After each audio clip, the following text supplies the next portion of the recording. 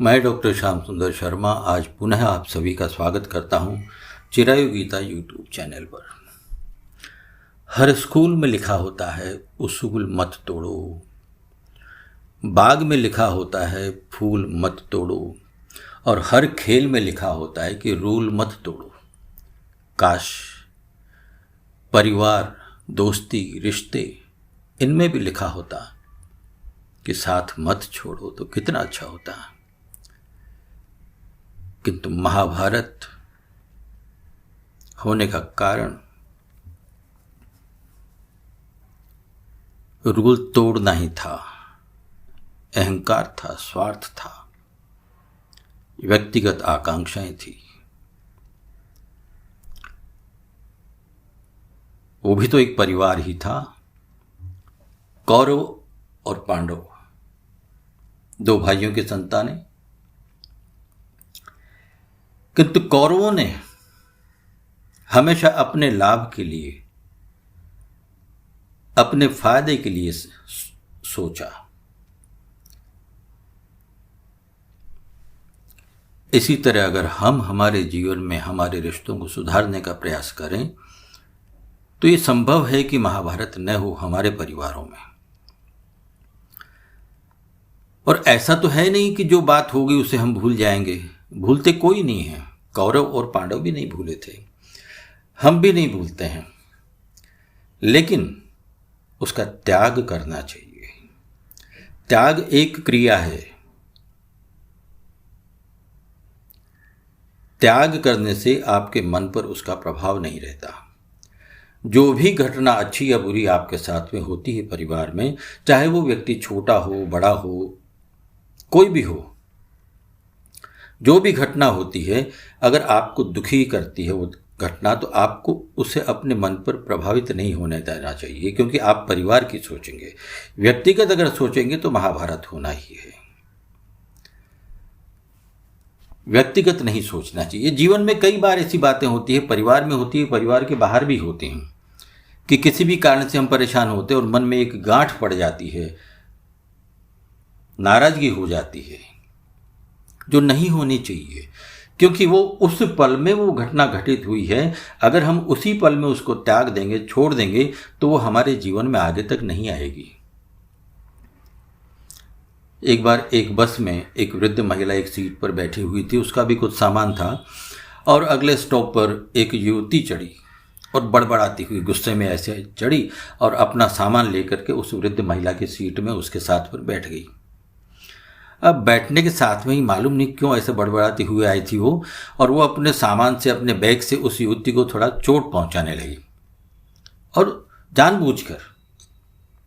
जब कई बार ऐसा उसने किया तो उस युवती से रहा नहीं गया। उस वृद्ध महिला से उसने पूछा कि मैं इतनी देर से आपको परेशान कर रही हूँ, मेरे बैग से आपको चोटिल कर रही हूँ, फिर भी आपने कोई प्रतिक्रिया नहीं की, आपको गुस्सा नहीं आया, आपने कुछ कहा नहीं मुझे। उस वृद्ध महिला ने उस युवती से कहा कि मैं तो अगले स्टॉप पर उतरने वाली हूँ, मेरी यात्रा तो वहाँ समाप्त हो जाएगी, तो इन छोटी छोटी बातों को मन में लेकर के मैं क्यों चलूँ? मैं उतर जाऊँगी, भूल जाऊँगी कि ऐसा मेरे साथ हुआ था, तुम मेरे साथ में आई थी, अपने बैग से मुझे चोट लगा रही थी। कोई अर्थ नहीं उस बात को याद करने के लिए, उस बात में कोई रिएक्ट करने की भी आवश्यकता नहीं है। बात होते होते अगला स्टॉप आ गया, वो वृद्ध महिला अपने स्टॉप पर उतर गई। किंतु हम क्या करते हैं, वो जो छोटी छोटी चीज़ें हमारे परिवार में, हमारी रिश्तेदारी में होती है, उनके लिए हम क्या करते हैं, उसको हम हमारी इस जीवन यात्रा में साथ में ही लेकर के चलते हैं।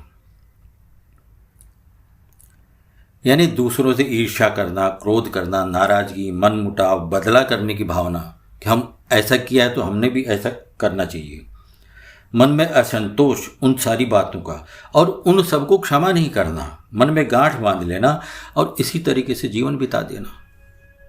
जबकि होना ये चाहिए कि हम हमारे परिवार को एकजुट रखने के लिए हमारी शक्ति को, हमारी ऊर्जा को लगाएं, किंतु हम ईश्वर में अपनी ऊर्जा लगाने, परिवार में ऊर्जा लगाने के बजाय हम ऐसे ही हमारा जीवन बर्बाद कर देते हैं।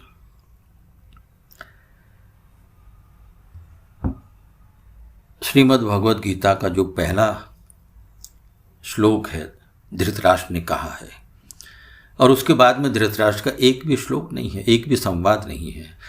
धृतराष्ट्र ने संजय से कहा था कि धर्म क्षेत्रे कुरुक्षेत्रे समवेता युत्सव है माम कह पांडवा शिव किम कुरुत संजय।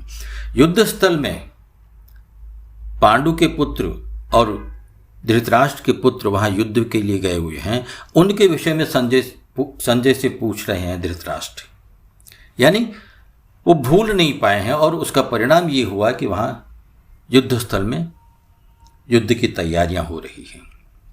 अगर क्षमा करना होता, मन में गांठ नहीं लगाते, बदले की भावना नहीं रखते, अपने अहंकार को कंट्रोल में रखते, तो शायद है कि महाभारत होती ही नहीं।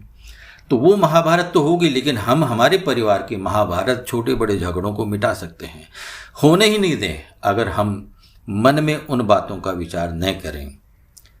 इस जीवन यात्रा में उन क्षणों को हम साथ में लेकर के चलेंगे तो अंतिम क्षण तक हम दुखी ही रहेंगे।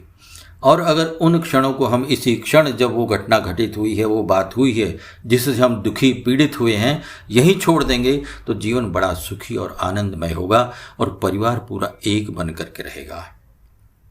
एकता में शक्ति होती है, आप जानते हैं। जब परिवार एकजुट होगा तो सबके सुख दुख में सब भागीदार होंगे और वो सुख दुख आनंद से निकल जाएंगे। किसी भी प्रकार की उसमें परेशानी नहीं होती है। तो हमें रिश्ते निभाने चाहिए। क्यों निभाने चाहिए? हमारे जीवन को सार्थक बनाने के लिए, क्योंकि भरोसा नहीं है कि इस यात्रा का अगला स्टॉप ही हमारा अंतिम स्टॉप हो सकता है। जय श्री कृष्ण, जय श्री राधे।